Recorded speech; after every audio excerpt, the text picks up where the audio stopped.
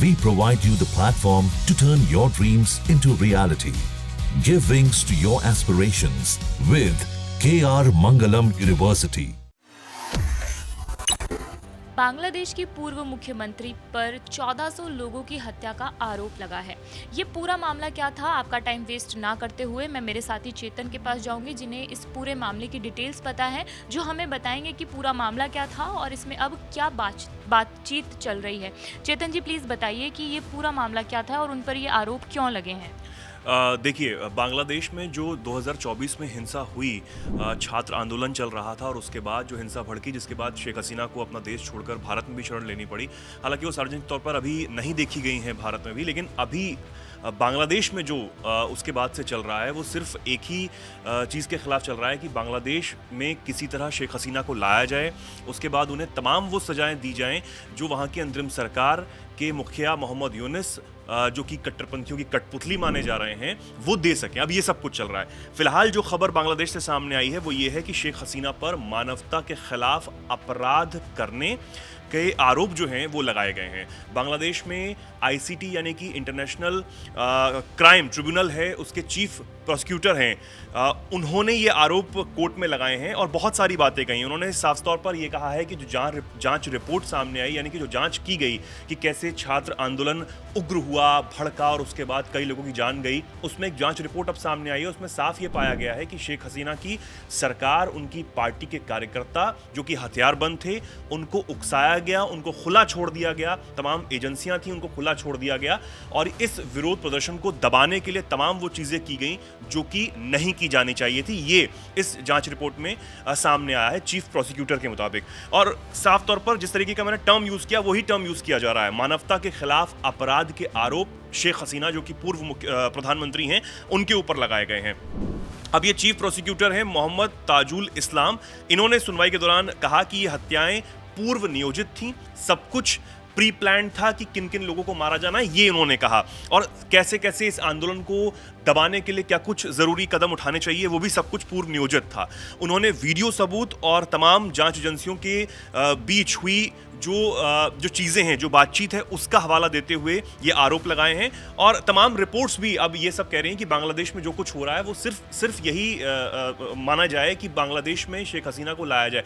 हालांकि प्रत्यर्पण संधि के तहत भारत से भी कई बार बांग्लादेश ये मांग कर चुका है कि शेख हसीना को वापस उनके देश भेज दिया जाए, क्योंकि उनके ऊपर बहुत गंभीर आरोप हैं, हत्याओं के आरोप हैं। और सिर्फ शेख हसीना ही नहीं, मैं आपको बता दूं कि शेख हसीना के अलावा इसके साथ इस मामले में पूर्व पुलिस प्रमुख जो हैं चौधरी अब्दुल्ला अल मामून, वो भी आरोपी हैं और वो फिलहाल हिरासत में हैं। उनसे भी पूछताछ जो है वो लगातार की जा रही है, लेकिन रिपोर्ट्स ये कह रहे हैं कि अदालत में वो पेश नहीं हुए थे।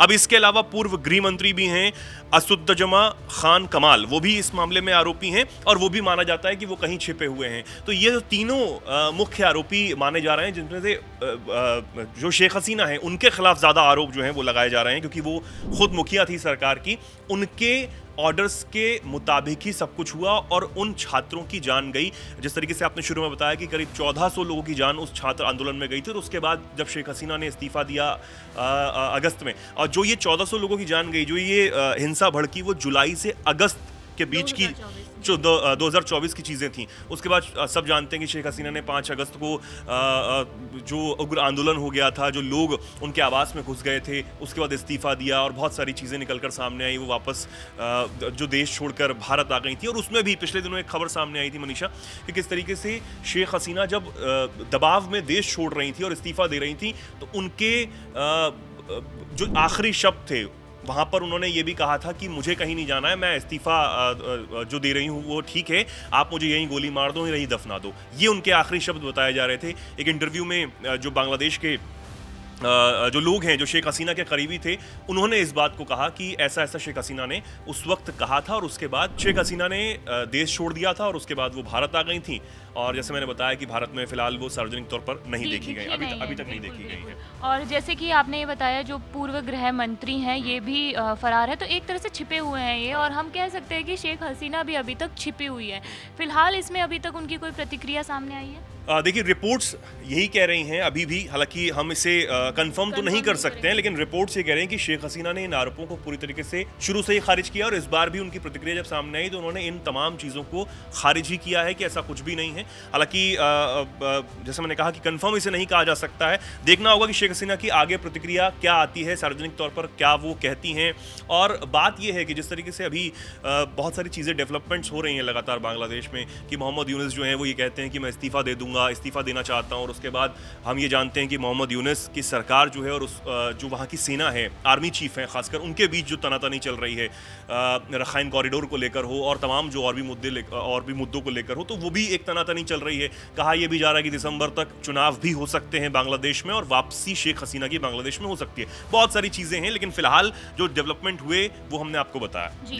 जी, इसमें ये देखना काफ़ी दिलचस्प होगा कि शेख हसीना इन पूरे आरोपों पर क्या कहती हैं। इसके अलावा अगर ये आरोप साबित हो जाते हैं तो इसमें क्या सज़ा होगी, ये भी अभी तक सामने नहीं आया है, लेकिन ये इसमें जो भी लगातार अपडेट रहेगी वो हम आपको देते रहेंगे। मैं मनीषा हूँ और आपको सारी जानकारी मेरे साथी चेतन ने दी थी। देखते रहिए जागरण। शुक्रिया।